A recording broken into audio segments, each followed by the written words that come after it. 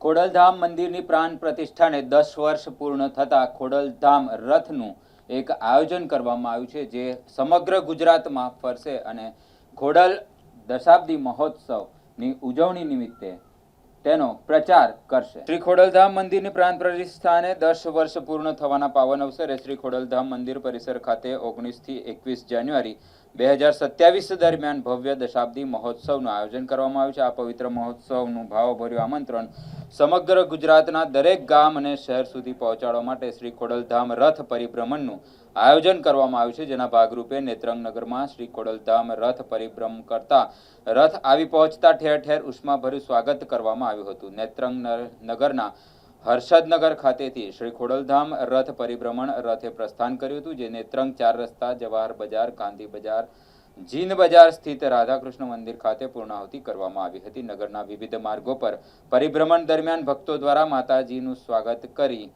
સમૂહ આરતી કરવામાં આવી હતી।